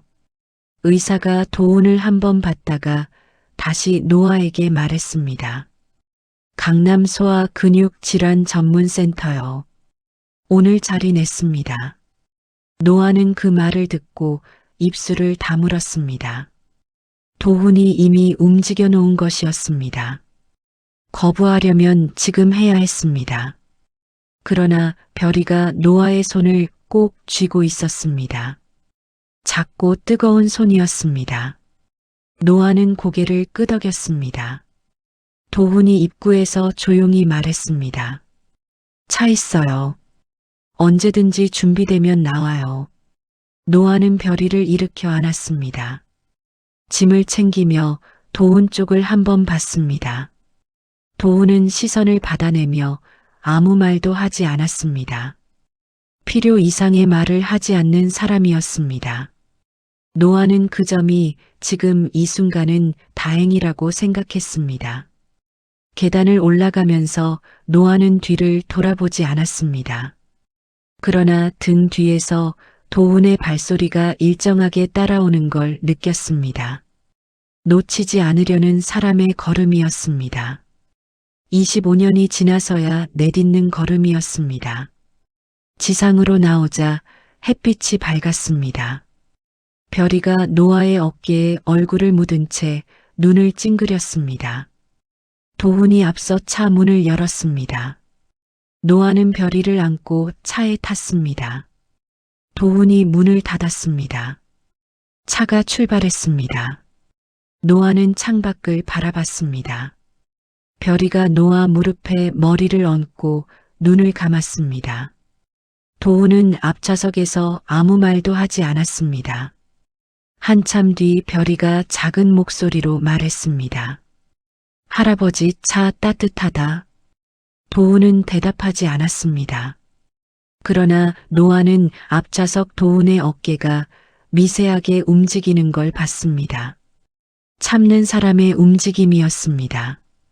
노아는 시선을 창밖으로 돌렸습니다. 도로가 흘러갔습니다. 아직 믿는다고 말한 적이 없었습니다. 그러나 지금 이 차 안에 있었습니다. 그것만으로도 오늘은 한 걸음이었습니다. 회장님, 이사회 전에 먼저 아셔야 할 것 같아서요. 윤 팀장의 목소리가 평소와 달랐습니다. 도훈은 서류에서 눈을 떼고 전화기를 바꿔 쥐었습니다. 말해. 이노아 씨 관련해서 기사가 나갈 것 같습니다. 내일 오전으로 잡혀 있다고 합니다. 도훈의 눈이 좁아졌습니다. 어느 매체요? 온라인 새 곳이요. 제목이 강도훈 회장 혼외자 의혹 악기 수리공 이노아 누구인가로 잡혀 있습니다. 라 칸타타 대여료 미납건과 병원 동행건이 엮여서 나갑니다. 사진도 있어요. 강남 센터 주차장에서 찍힌 겁니다. 도훈은 잠시 아무 말도 하지 않았습니다. 주차장?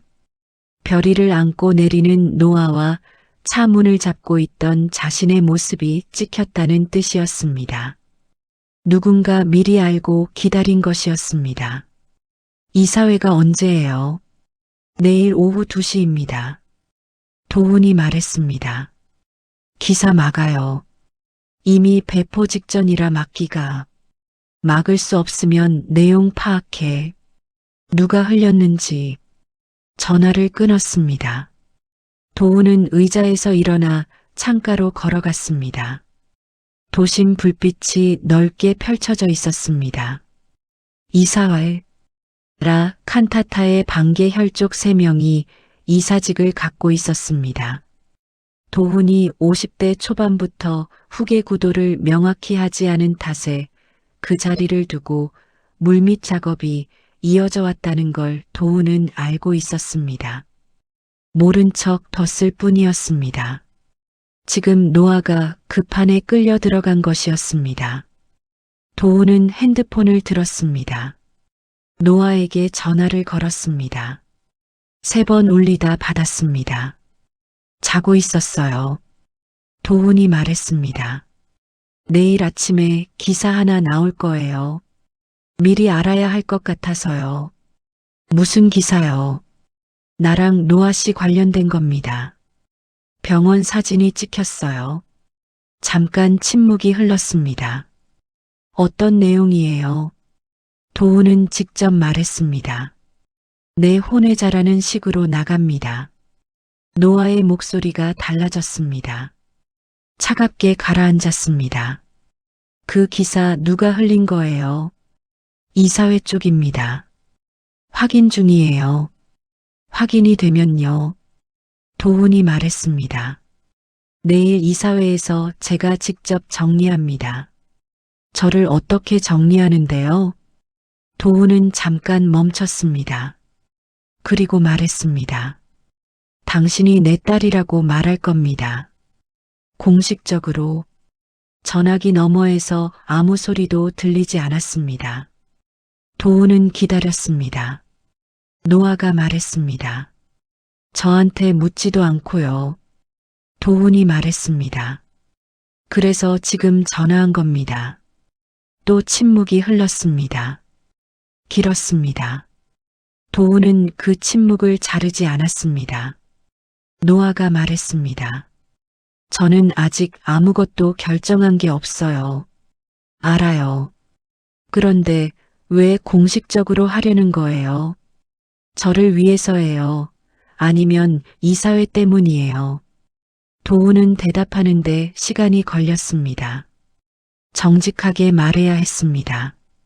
둘 다예요. 그런데 더 큰 쪽은 당신 때문이에요. 기사가 나가면 당신이 더 힘들어집니다. 노아는 더 묻지 않았습니다. 전화가 끊겼습니다. 도훈은 창가에서 한참을 서 있었습니다. 다음 날 아침 기사가 올라왔습니다. 예고된 3곳에서 동시에 나왔습니다. 제목은 윤 팀장이 말한 그대로였습니다. 댓글이 빠르게 달렸습니다. 라 칸타타 주가가 오전장에서 흔들렸습니다. 도훈은 기사를 한번 읽고 핸드폰을 뒤집어 놓았습니다. 오전 10시가 조금 넘어 수리점 계단을 내려가는 발소리가 들렸습니다. 도훈이 아니었습니다. 정장 차림의 남자 둘이었습니다. 노아는 작업대 앞에서 활수리 중이었습니다. 마스크를 쓰고 있었습니다. 별이는 안쪽 방에 있었습니다. 남자 하나가 명함을 내밀었습니다. 법무법인 소속이었습니다. 이노아 씨 맞으시죠? 라 칸타타 관련해서 드릴 말씀이 있어요. 노아는 명함을 받지 않았습니다. 남자가 말을 이었습니다. 오늘 기사 보셨을 거예요. 지금 상황이 라 칸타타에도 이노아 씨한테도 좋지 않거든요. 조용히 정리하는 방법이 있습니다.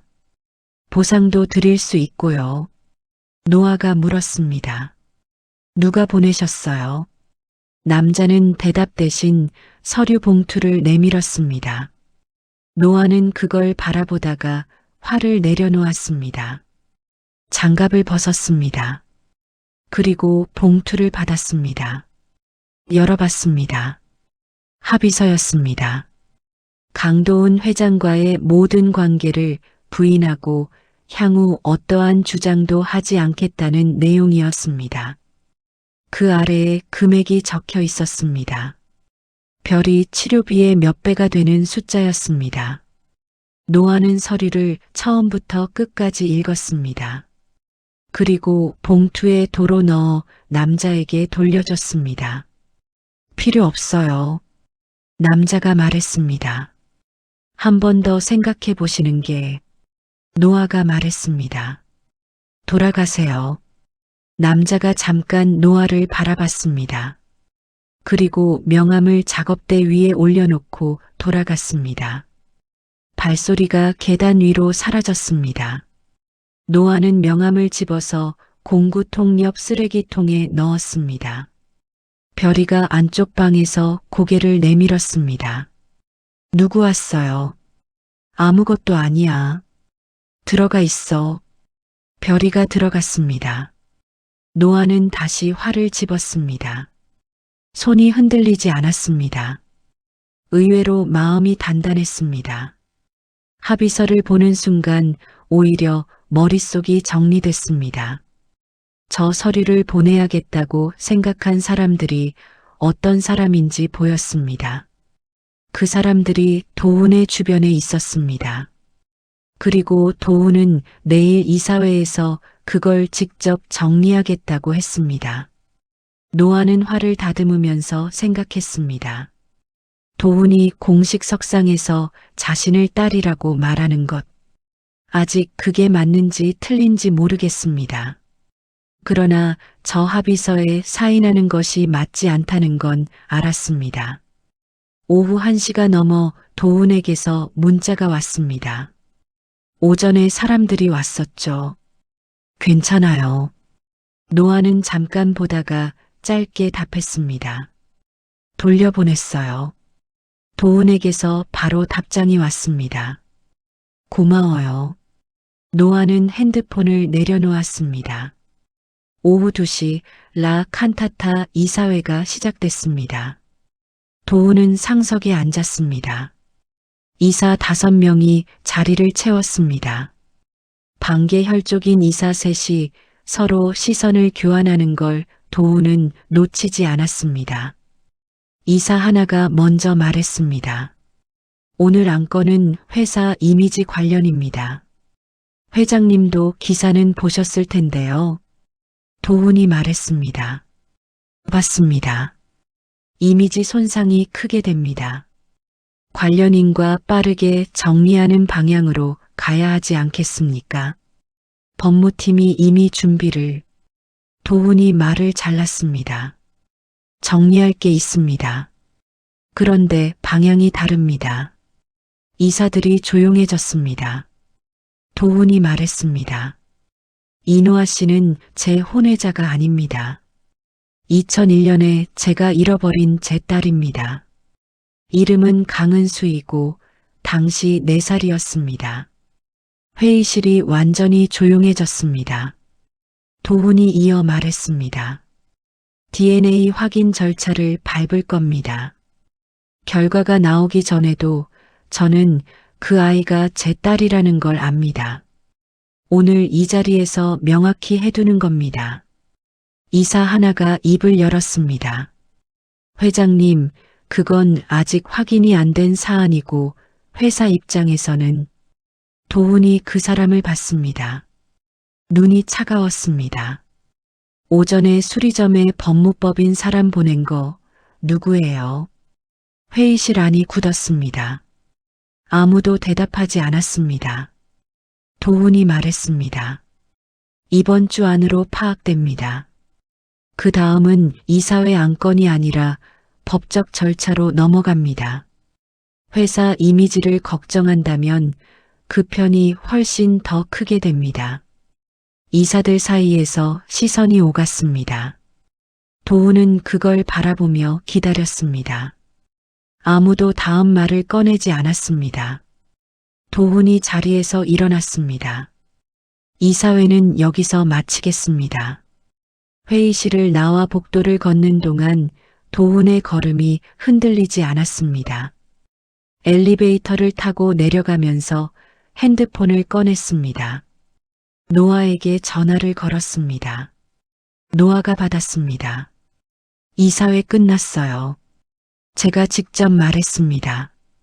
노아는 잠깐 아무 말도 하지 않았습니다.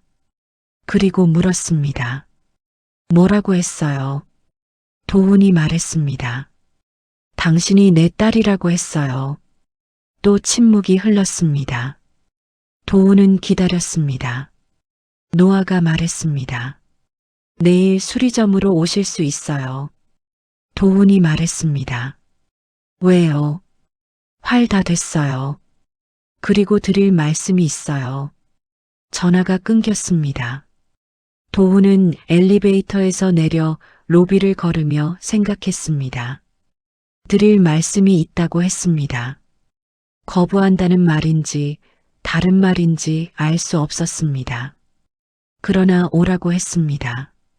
그 한 가지는 분명했습니다. 다음 날 오전 도훈이 수리점 계단을 내려갔습니다. 문을 열자 노아가 작업대 앞에 서 있었습니다.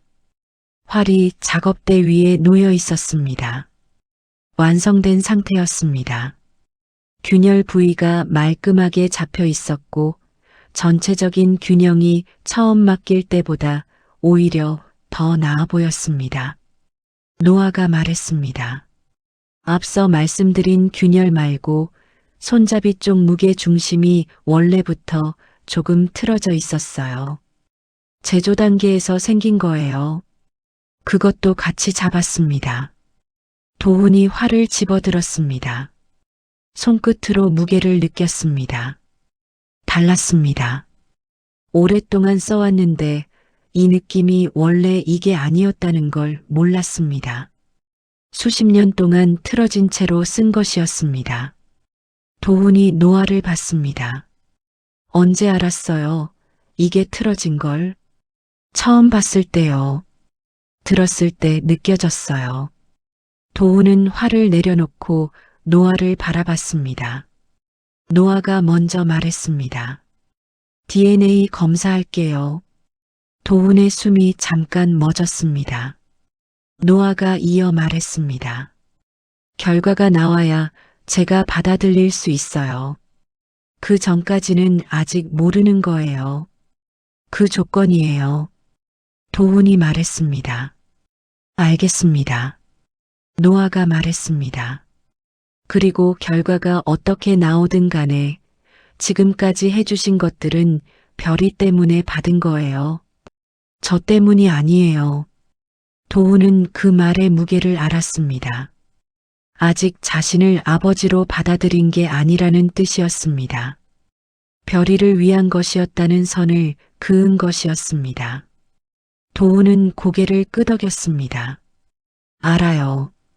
노아가 작업대 위에서 작은 종이 하나를 집어내밀었습니다. 수리비 청구서였습니다. 활 수리비가 적혀 있었습니다. 깔끔하게 금액만 적혀 있었습니다. 도훈이 종이를 받으며 말했습니다. 이건 꼭 받아야겠더라고요. 제 일이에요. 도훈은 종이를 접어 주머니에 넣었습니다.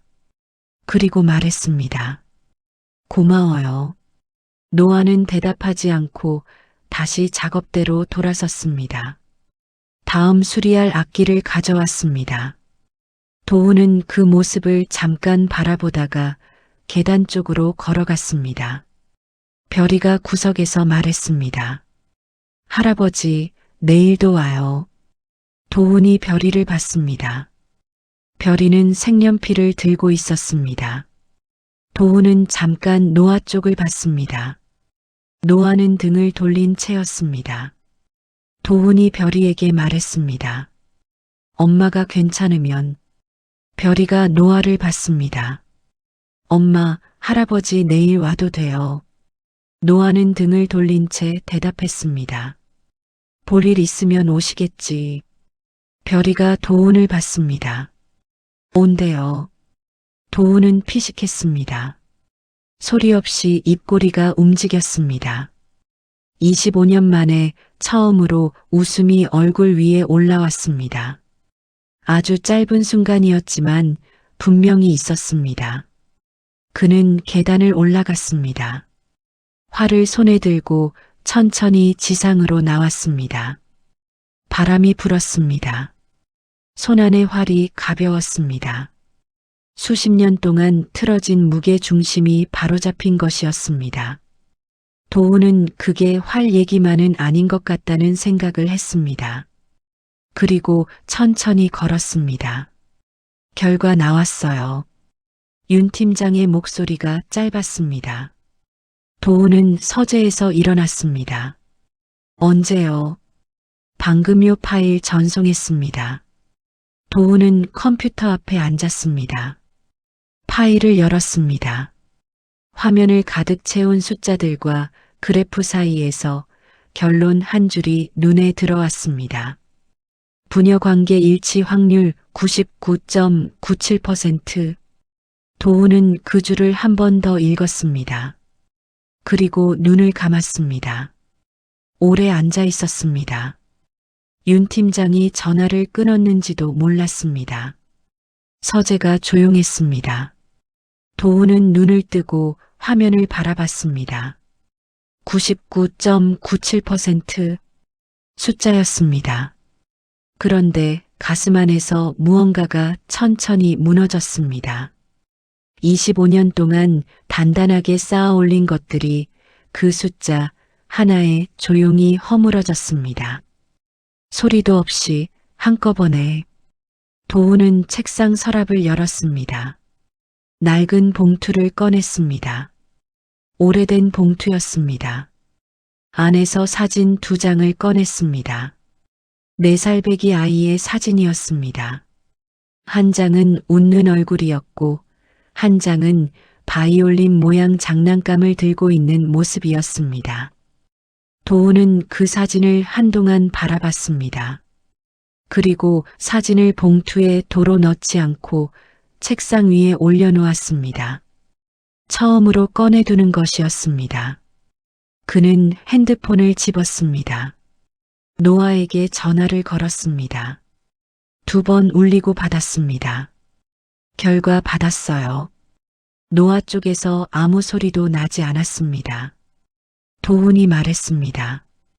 99.97%입니다. 전화기 너머에서 긴 침묵이 흘렀습니다. 도훈은 기다렸습니다. 그 침묵이 어떤 종류인지 알 것 같았습니다. 알고 있었지만 확인이 된 것과 그냥 알고 있는 것은 달랐습니다. 노아도 지금 그 사이 어딘가에 있을 것이었습니다. 노아가 말했습니다. 내일 올 수 있어요. 도훈이 말했습니다. 가겠습니다. 전화가 끊겼습니다. 도훈은 핸드폰을 내려놓고 창밖을 바라봤습니다. 도심 불빛이 평소와 같았습니다. 달라진 건 아무것도 없었습니다. 그러나 도훈은 오늘 밤이 어제와 다르다는 걸 알았습니다. 다음 날 아침 도훈이 수리점 계단을 내려갔습니다. 문을 열자 노아가 작업대 앞에 서 있었습니다. 마스크를 쓰지 않은 상태였습니다. 별이는 보이지 않았습니다. 안쪽 방에서 자는 것 같았습니다. 노아가 먼저 말했습니다. 앉으세요. 도훈이 작업대 맞은편 의자에 앉았습니다.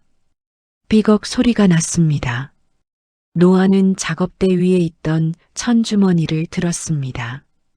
안에서 파란 음표 목걸이를 꺼냈습니다. 그걸 손바닥 위에 올려놓고 바라봤습니다. 고아원에서 나올 때 이게 전부였어요. 이름도 없고 기억도 없었는데 이것만 있었어요. 5살이었거든요. 뭔지도 몰랐어요. 그냥 예쁘다고 생각했어요. 도훈은 아무 말도 하지 않았습니다. 노아가 이어 말했습니다. 21살에 이름 바꿀 때 이걸 버릴까 생각했어요. 과거를 다 지우고 싶었거든요. 근데 못 버렸어요. 이유를 몰랐어요. 그냥 손이 안 갔어요. 도훈의 눈이 뜨거워졌습니다. 참으려고 턱에 힘을 줬습니다. 노아가 목걸이를 들어 도훈 쪽으로 내밀었습니다. 이거 돌려드려야 할 것 같아서요. 도훈은 고개를 저었습니다. 그건 처음부터 당신 거예요. 노아가 잠깐 목걸이를 바라봤습니다. 그리고 천천히 말했습니다. 아버지. 그 한마디가 수리점 안에 조용히 떨어졌습니다. 도훈은 눈을 감았습니다. 눈꺼풀 아래로 뜨거운 것이 흘렀습니다. 막으려 하지 않았습니다. 예순이 넘도록 사람들 앞에서 한 번도 무너지지 않았습니다. 지금은 달랐습니다. 이건 무너지는 게 아니었습니다. 오래 닫혀있던 것이 열리는 소리였습니다. 노아가 작업대 모서리를 잡으며 눈을 내렸습니다. 눈물이 작업대 위로 떨어졌습니다. 노아도 막지 않았습니다. 두 사람이 좁은 공간 안에서 소리 없이 울었습니다. 말이 없어도 됐습니다. 25년이 그 안에 있었습니다. 한참 뒤 안쪽 방에서 별이가 나왔습니다. 잠이 덜 깬 얼굴이었습니다. 두 사람을 번갈아 보더니 고개를 갸웃했습니다. 둘 다 왜 울어요? 노아가 얼굴을 닦으며 말했습니다. 아무것도 아니야. 별이가 도훈 쪽으로 걸어왔습니다. 절뚝이는 걸음이었지만 흔들림이 없었습니다. 도훈 옆에 서서 그의 손을 잡았습니다. 잡고 가는 손이었습니다. 할아버지, 나 다음 주에 수술한대요. 무서워요. 도훈이 별이의 손을 꼭 쥐었습니다. 무섭지 않게 해줄게요. 별이가 말했습니다. 어떻게요? 도훈이 말했습니다. 내가 옆에 있을 거니까요. 별이가 고개를 끄덕였습니다. 당연하다는 얼굴이었습니다. 어른들이 오래 걸려서 도달한 자리에 별이는 처음부터 있었습니다. 수술은 열흘 뒤 이루어졌습니다. 강남 소아 근육질환 전문센터 수술실 앞에서 도훈과 노아가 나란히 앉아 기다렸습니다. 처음에는 의자 하나 간격이 있었습니다. 수술이 길어지면서 그 간격이 좁아졌습니다. 두 사람이 말을 많이 하지는 않았습니다. 그냥 같이 앉아 있었습니다. 그게 충분했습니다. 5시간 뒤 수술실 문이 열렸습니다. 의사가 나왔습니다. 깔끔하게 끝났습니다. 예상보다 잘 됐어요. 노아가 눈을 감았습니다. 도훈은 노아의 어깨에 손을 얹었습니다. 노아가 그 손을 치우지 않았습니다. 별이가 회복실에서 눈을 떴을 때 처음 한 말은 배고파요였습니다. 노아가 웃음을 터뜨렸습니다. 도훈도 웃었습니다. 좁은 회복실 안에서 그 웃음소리가 울렸습니다.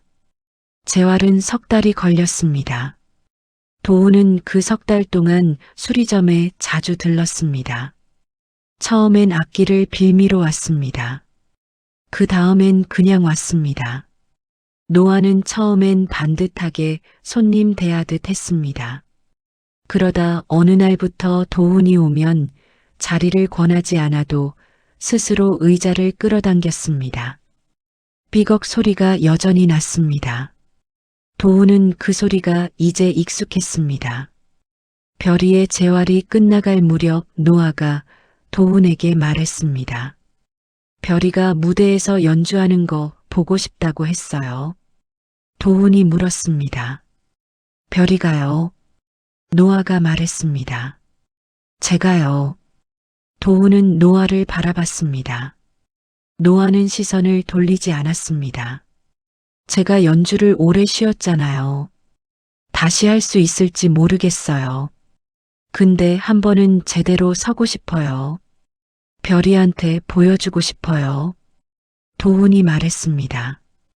악기는 내가 만들게요. 노아가 도훈을 받습니다.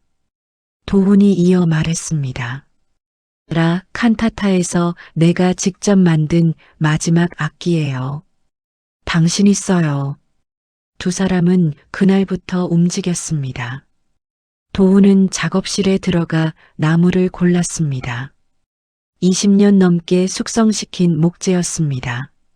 손으로 결을 짚어가며 소리를 상상했습니다. 노아는 재활이 끝난 뒤 매일 밤 수리점 문을 닫고 혼자 화를 들었습니다. 처음엔 15분도 버티기 힘들었습니다. 손가락이 굳어 있었습니다. 조금씩 시간을 늘렸습니다. 별이는 그 연습 소리를 들으면서 잠이 들었습니다. 엄마 소리가 나는 밤이 좋다고 했습니다. 2달이 지났습니다. 도훈이 악기를 완성했습니다. 수리점으로 가져왔습니다. 케이스를 열자 노아가 말없이 안을 들여다봤습니다. 손을 뻗어 악기를 들었습니다. 무게를 느꼈습니다. 턱받침에 얹었습니다. 활을 들고 현에 가져다 댔습니다. 첫 음이 났습니다. 노아가 눈을 감았습니다. 도훈도 눈을 감았습니다. 소리가 좁은 수리점 안을 채웠습니다. 나무 냄새와 송진 냄새가 섞인 공간 안에서 그 소리가 천천히 퍼졌습니다.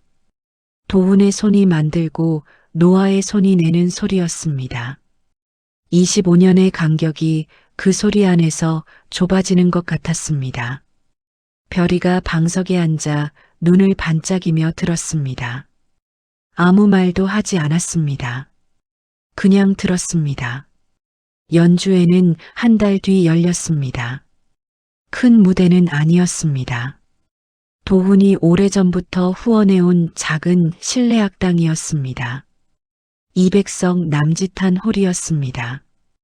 도훈은 그 규모가 맞다고 생각했습니다. 처음부터 크게 할 필요가 없었습니다. 진짜인 것은 작은 데서도 울렸습니다. 공연 당일 노아는 무대 뒤에서 악기를 들고 서 있었습니다. 도훈이 다가갔습니다. 노아가 말했습니다. 손이 떨려요. 도훈이 말했습니다. 나도 그랬어요. 처음 무대 설 때 노아가 도훈을 봤습니다. 아버지도 연주했어요. 젊었을 때요. 지금은 못해요. 노아가 피식 웃었습니다. 짧은 웃음이었지만 힘이 있었습니다. 도훈은 그 웃음을 눈에 담았습니다. 아내의 웃음과 달랐습니다. 노아만의 웃음이었습니다. 그게 더 좋았습니다. 무대 불이 켜졌습니다. 노아가 걸어나갔습니다. 홀 앞자리에 별이가 앉아 있었습니다. 휠체어가 아니었습니다. 보조기구 없이 의자에 앉아 있었습니다. 재활의 결과였습니다. 별이가 무대 위 노아를 보고 손을 흔들었습니다. 노아가 고개를 끄덕였습니다. 도훈은 별이 옆자리에 앉았습니다. 별이가 도훈의 팔을 잡았습니다. 작은 손이었습니다. 도훈은 그 손 위에 자신의 손을 가볍게 얹었습니다. 노아가 활을 들었습니다. 홀이 조용해졌습니다. 그리고 소리가 시작됐습니다. 도훈이 만든 악기에서 나오는 소리였습니다. 낮고 깊은 첫음이 홀 안으로 번졌습니다. 노아의 활이 현 위를 움직이면서 소리가 쌓였습니다. 기교를 보여주는 연주가 아니었습니다. 버티는 소리도 아니었습니다. 지하철 통로에서 듣던 것과 달랐습니다. 지금은 다른 소리였습니다. 단단하고 따뜻했습니다. 오래 혼자였다가 이제 혼자가 아닌 사람의 소리였습니다. 별이가 조용히 말했습니다. 엄마 소리 예뻐요. 도훈은 대답하지 않았습니다. 고개만 끄덕였습니다. 눈이 뜨거워졌습니다. 이번엔 참지 않았습니다. 연주가 끝났습니다. 박수 소리가 홀 안을 채웠습니다. 노아가 고개를 숙였습니다. 무대 위 불빛 아래서 고개를 드는 얼굴이 빛났습니다. 도우는 그 얼굴을 바라봤습니다. 25년이 지나 처음으로 제자리를 찾은 것들이 있었습니다. 그것들이 지금 이 홀 안에서 소리로 울리고 있었습니다. 연주회가 끝난 저녁, 세 사람은 수리점으로 돌아왔습니다. 노아가 악기를 케이스에 넣었습니다. 별이는 방석 위에 앉았습니다. 도우는 의자를 끌어당겼습니다. 삐걱 소리가 났습니다. 아무도 신경 쓰지 않았습니다. 별이가 말했습니다. 오늘 이따가요, 할아버지. 도훈이 말했습니다. 그럴게요. 노아가 싱크대 앞에 서서 컵 3개를 꺼냈습니다. 물을 따랐습니다. 컵 하나를 도훈 앞에 내려놓았습니다. 그리고 자기 자리에 앉았습니다. 세 사람이 좁은 수리점 안에 나란히 있었습니다. 창밖으로 밤이 내려앉았습니다. 골목은 조용했습니다. 수리점 안에 나무 냄새와 송진 냄새가 있었습니다. 별이가 색연필을 들었습니다. 노아가 컵을 들었습니다. 도우는 그 두 사람을 바라봤습니다. 25년 전 기차역에서 잃어버린 것이 있었습니다. 그 시간이 돌아오지는 않았습니다. 그러나 지금 이 자리에 세 사람이 있었습니다. 좁고 낡은 수리점이었습니다. 의자가 삐걱거렸습니다. 끊어졌던 현이 다시 이어질 때 나는 소리는 처음보다 더 깊습니다. 시간이 그 소리에 담기기 때문입니다. 오늘 홀 안에서 울린 소리가 그랬습니다. 도우는 그 소리를 아직 귀 안에 담고 있었습니다. 별이가 색연필로 종이를 채웠습니다. 사람 셋이 나란히 앉은 그림이었습니다. 가운데가 제일 작았고 양쪽이 컸습니다. 별이가 그림을 들어 도훈에게 내밀었습니다. 이거 드릴게요, 할아버지. 도훈이 그림을 받았습니다. 들여다봤습니다. 선이 삐뚤었습니다. 비율이 맞지 않았습니다. 그래도 세 사람이라는 건 알 수 있었습니다. 도훈이 말했습니다. 고마워요. 별이가 말했습니다. 우리 가족이에요. 도훈은 그 그림을 무릎 위에 올려놓았습니다. 노아가 컵을 들고 창밖을 바라봤습니다. 아무 말도 하지 않았습니다. 그러나 입꼬리가 아주 조금 올라가 있었습니다. 세 사람이 그렇게 앉아 있었습니다. 밤이 깊어갔습니다. 수리점 안 형광등이 오래된 소리를 내며 빛을 이어갔습니다. 25년 만에 완성된 자리였습니다. 아무도 서두르지 않았습니다. 지금 이 자리면 충분했습니다. 오늘의 이야기는 여기까지입니다. 끝까지 함께 해주셔서 감사드립니다. 당신의 오늘이 어제보다 행복하길 바랄게요.